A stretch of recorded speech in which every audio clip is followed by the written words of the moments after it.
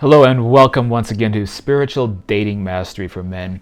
And today we are talking about, am I too ugly to attract a woman? Am I too ugly to get a date, to be attractive? Basically what I'm talking about is that negative self-talk that a lot of men subject themselves to. And unfortunately, sometimes negative self-talk becomes an external reality. Somebody thinks of themselves as ugly and their appearance decreases. They don't take care of themselves. They project an energetic feeling onto other people where because they think that they are ugly, other people then look at that person and then they think of them as being ugly or unattractive, creating a self-fulfilling prophecy. So a lot of the common techniques you hear about, go work out more, go eat right, dress well. These are the common core elements that you hear, but also like in the manosphere, and the pickup people often talk about this as the baseline that you need before you think you can go out and improve your love life and start meeting more women and especially having a lot of success and abundance in this area. So that baseline is, I think, 50% practical advice that for logical reasons will help you because you can become physically more attractive. But the second thing it's doing is a placebo effect. So again, why do we use the spiritual adjective in this? Because I'm talking about the kind of breakthrough subjects that most people in these areas miss out on because it's all about, we're rah-rah, we're tough men and we're rationalists and we don't subscribe to any of the woo-woo stuff. Meanwhile, the technology, the explanations, the truth behind many of these things is in that woo-woo category that you're dismissing. So that's why I'm here to tell it to you straight. And by the way, subscribe to this channel, please, if you haven't done so, and you can keep getting videos like this in your feed. So to continue, half of this is the logical, like you making yourself look better. The other half is this kind of placebo effect where you are believing that you are more attractive because you're going through the steps necessary to become more attractive. So again, the self-fulfilling prophecy. So you're committing yourself to being attractive, and then you're going out and then you're being more attractive.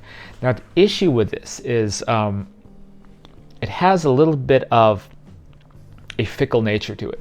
Because unless you've internalized that you are attractive and when you go out, women want to talk to you, they want to meet you, they want to get to know you, and they are charmed by you, unless that's internalized, it can be a fickle thing. Because you go out, you work out, let's say you're a bit shorter.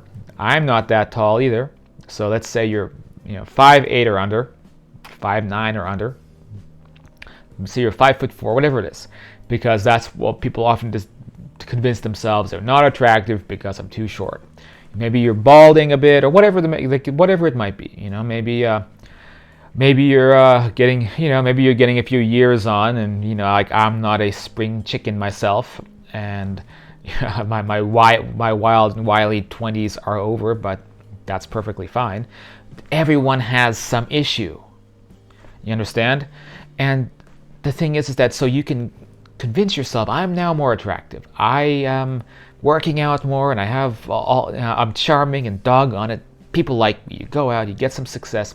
What happens when you get hit by rejection? What happens when that success doesn't work? Now we see how strong that frame is. And for a lot of men, and this is again where so much of the traditional, like, quote, pickup advice on the internet fails. They go out, but they have not internalized that frame of mind. So suddenly they're completely demotivated. It's like someone comes and pops their bubble. What happens? Those guys, they stop working out. They stop making themselves look better.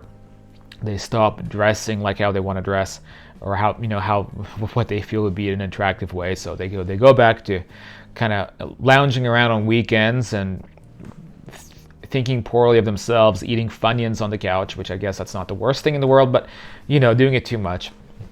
And they go straight back into their old way of being. And also, like, you're going to work, and that just becomes your identity again, and you don't have to look hot to go to the office and punch numbers and whatever it is you do for a living. So they just go straight back to the old routine because they didn't internalize any of these things. So the question is, how do you internalize that you are, quote, ugly, and people want to talk to you. Well, that women want to meet you and that you're attractive. Well, it's not really an easy answer to that question, because this is again about energy dynamics. It's about changing the emotional, energetic, mental mold of your thoughts into something different.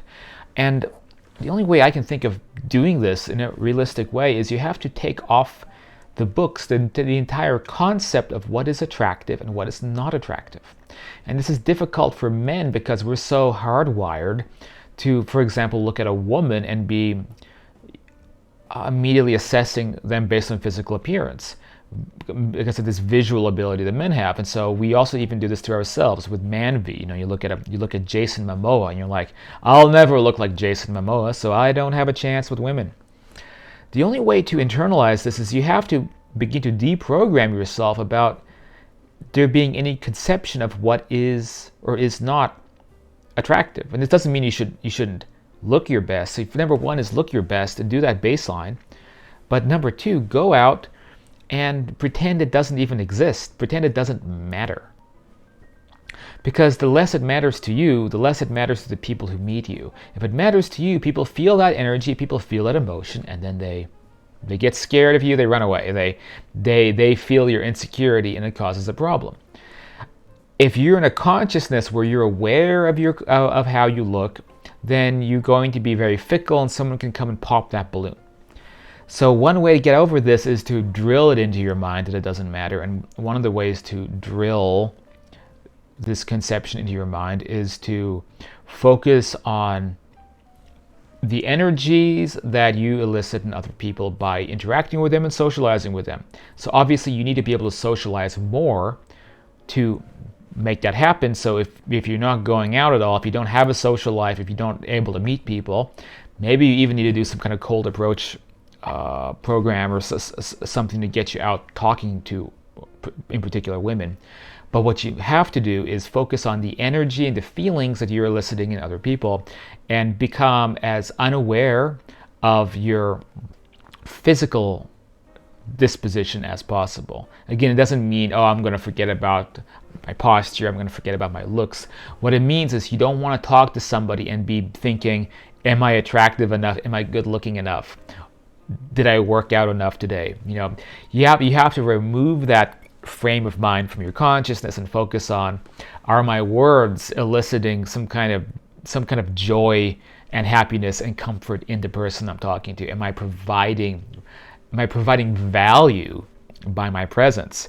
And then shaping the conversation in a way that you are helping somebody to perhaps relax, perhaps to have fun, perhaps to have a better day. The point is that you're shifting your consciousness from being self-conscious into being concerned with and thinking about the person that you've met, the person that you're talking to.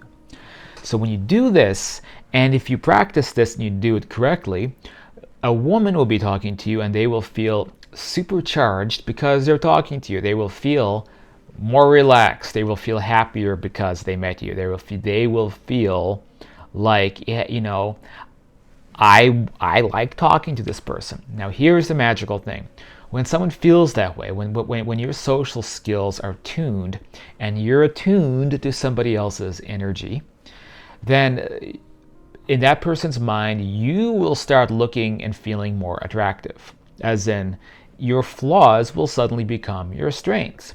She will feel so good talking to you. Let's say you're balding. She might even develop a fetish for bald guys. I say balding, and bald. A lot of women like bald guys. I mean balding. So you have like hair around here. You don't have any hair here. All my brothers pretty much have gone bald or are balding. Somehow I still have my hair. I don't know how long it's going to last. But the point is that she will attribute those, quote, ugly features to positive emotions. And then she might be like, I don't want to talk to Jason Momoa. I want to talk to more balding 5'4" guys because this guy pushes all my buttons and I love talking to him. So that's what you have to focus on. So if you get rejected, instead of thinking, oh, I need to go work out more and I need to go, hit that baseline harder, maybe you do, but you need to instead be thinking about, how do I shape my conversational skills and the energy I'm projecting to be of more service and be of, to be of greater joy and fun and happiness to the people I'm talking to. And it doesn't even have to do with anything sexual. It just has to do with how do I provide this value to somebody. And that's what you can practice by socializing. And as you do this, the physical appearance thing, it won't even matter that much. Now, keep in mind, there's some women that you're going to meet that you won't have any ability to vibe with. And I talked about this in the first video on the channel, the one I just put up before this one. You, no matter what, you're not going to be able to make that connection. This is where you have to be able to understand what they don't teach you in most of these men's programs and YouTube channels and videos and RSD, whatever it might be.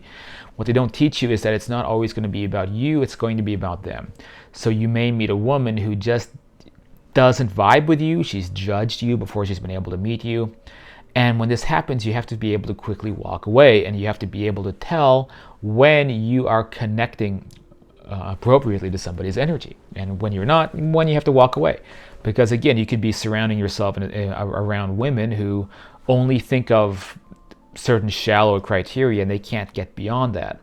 But in the long run, you don't want to meet those kinds of women anyway. The point I want to make is that short, bald, whatever it might be, I've known men like this, especially when they get around the right cultures, the right people, the right vibe, and they've honed their social skills.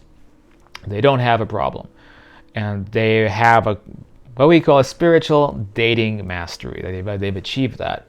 So it's really, look, we have to understand it's not an easy process to get outside of this idea that you're ugly or that you don't look good enough. But the only way you can begin practicing escaping that mentality is just focusing on your social skills, focusing on the energy that you're sending out to people when you interact with them. Because as a final point, you can look like Jason Momoa if your energy is needy, if your energy is, quote, creepy, if your energy is like you want something from the people you're talking to, if your energy is that you're thinking a lot about your appearance and your looks, if your energy is you have a lot of negative self-talk. And a woman might meet that Jason Momoa, and if she has any kind of empathic, intuitive ability, and a lot of women do, some of the very shallow ones don't, but any woman who's of any quality does, you can look like Jason Momoa, and she's going to be like, that dude was creepy and ugly.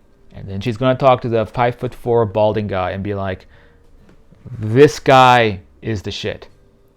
You see how that works? It defies logical sense, but this area isn't always logical, and women are emotional, and they're not logical left-brained creatures as much as we are. That's why, again, there's the polarity, there's the dance of the sexes, right? And so they want the logical left-brained men, we want the emotional right-brained women. It's the same polarity we see in nature, we see it in the universe, and that's why, men and women meeting, coming together is a wonderful thing. But you just have to understand how that concept operates and get out of your head and realize that, again, if you're projecting the wrong energy, you can look like Jason Momoa and you can be considered ugly. That's how it works. And it's a secret. But that's what you can work on, and tell me in the comments down below, and work with me one-on-one if you want me to figure things out on a one-on-one basis about what's going wrong, what you need help with. Contact me down below. We'll do a Zoom session together, and promise you'll get your money's worth, a lot more than a lot of these goofy men's programs that are not looking at the big picture. That's it for now. This is Cyrus Thomson, and you can find books of mine like Love and Dating for Shy People on Amazon, but hopefully I'll get some updated books in the future. So anyway, thank you for watching, and I'll see you soon on the next video.